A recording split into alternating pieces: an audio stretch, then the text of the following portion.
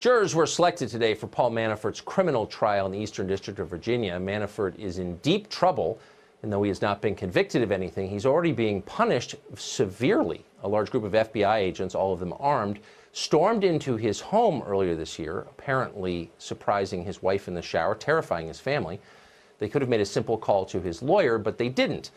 Manafort then had his bail revoked in an unusual penalty, that is, for a 68-year-old man with no criminal convictions. He has been held in solitary confinement pretty much ever since for 23 hours a day. For the crimes he's accused of in the state of Virginia, Manafort now faces 305 years in prison. That's several life sentences. So what exactly is Paul Manafort accused of doing? If you guessed murder, guess again. Most murderers don't get treated like that by the government. The average violent felon in this country receives just 6.5 years behind bars. No, Paul Manafort is accused of something far worse than murder: tax evasion and violating banking regulations. The government isn't even suggesting that Manafort stole money from a bank. They're saying he was dishonest on loan applications. For that, solitary confinement and 305 years in prison. Well, if you're confused, maybe this will clear up the story for you. The prosecutor leading the case against Paul Manafort is named Andrew Weissman. He's an enthusiastic Democratic partisan. He was a guest at Hillary Clinton's election night party in New York.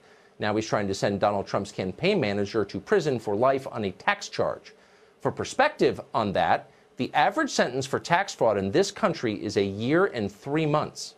It can be much longer, though, if you have the wrong politics, apparently. Alan Dershowitz is a retired Harvard Law School professor, the author of The Case Against Impeaching Trump. He joins us tonight. Professor, I'm going to make the obvious disclaimer. I don't know Paul Manafort. I'm certainly not going to vouch for his ethics.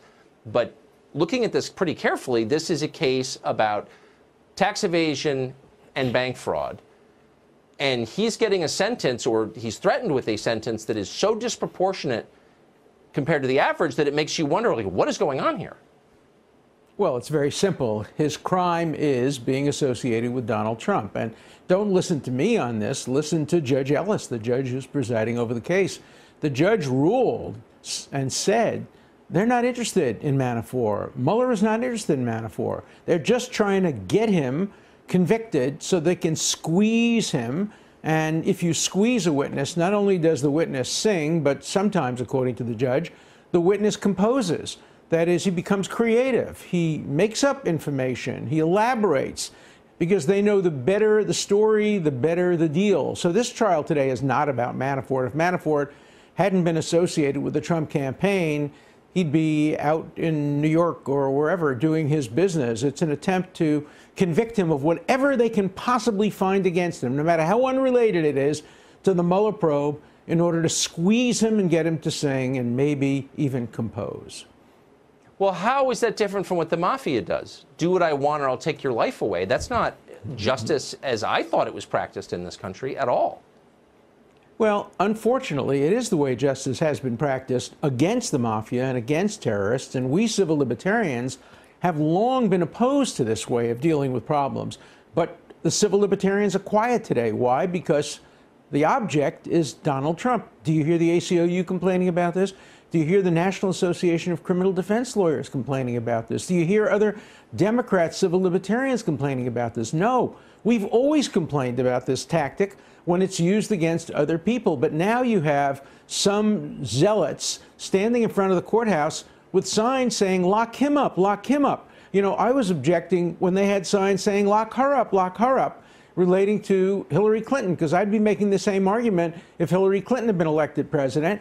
And it was the Republicans who were trying to squeeze somebody to go after her. And civil libertarians all over the country ought to be concerned about this. But instead, like everybody else, they're taking sides. If this hurts Trump, it's good. If it helps Trump, it's no good. The Republicans take the opposite point of view. It's not good. It's not good for justice. It's not good for civil liberties. Well, the trial of former Donald Trump campaign chairman Paul Manafort completed its third day today. Prosecutors brought out evidence that Manafort lived a luxurious lifestyle, bought suits they suggested were too expensive for one man to buy, maintained overseas accounts, and then lied about his income on loan applications. This was all to bolster their case that Paul Manafort deserves more prison time than most murderers. More than once during the trial, the judge, T.S. Ellis III, blasted prosecutors for simply shaming Manafort without offering any actual evidence of criminal behavior. Joe DeGenova is a former U.S. attorney for the District of Columbia, and he joins us tonight. Joe, thanks a lot for coming on. I never thought that I would defend Paul Manafort, who I've always thought was a little on the sleazy side, but I think it's worth defending the principle of evenly and fairly applied justice. And it's not a crime to buy expensive suits. And you shouldn't get 300 years in prison for tax evasion, right?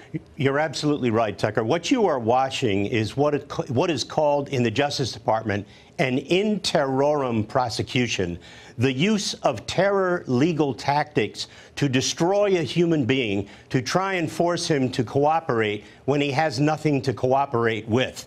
And what the special counsel has done, Mr. Mueller, is he has chosen his Jack the Ripper-like leader, Andrew Weissman, to use the type of tactics that are properly reserved for mafia gangs, for terrorists, and they have converted Paul Manafort into this ugly creature. This is one of the most unfortunate moments in the history of the FBI and the Department of Justice.